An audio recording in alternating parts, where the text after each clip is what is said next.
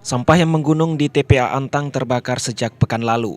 Kebakaran diduga akibat pantulan matahari di kaca-kaca sampah. Namun setelah diatasi kebakaran besar kembali terjadi. Hal ini dinilai adanya oknum yang sengaja melakukan pembakaran.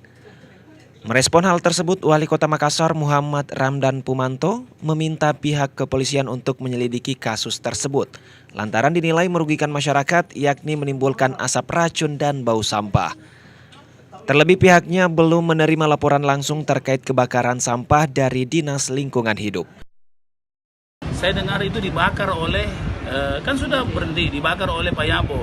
Tangkap itu kalau yang bakar begitu. Nggak boleh tuh, itu racun itu, asap racun. Jadi kalau ada yang membakar itu harus ditangkap. Harus ditangkap, itu pelanggaran itu. Nggak boleh, masa kita siksa-siksa selalu. Ini kan sudah mulai tertangani lagi. Habis itu malam-malam ada yang bakar lagi. Dhani bahkan siap melakukan pergantian pejabat di UPTD Tamangapa Antang jika masalah pembakaran sampah masih saja terjadi. Musdalifah Lestari Rauf, Fajar TV dan Fajar Radio melaporkan.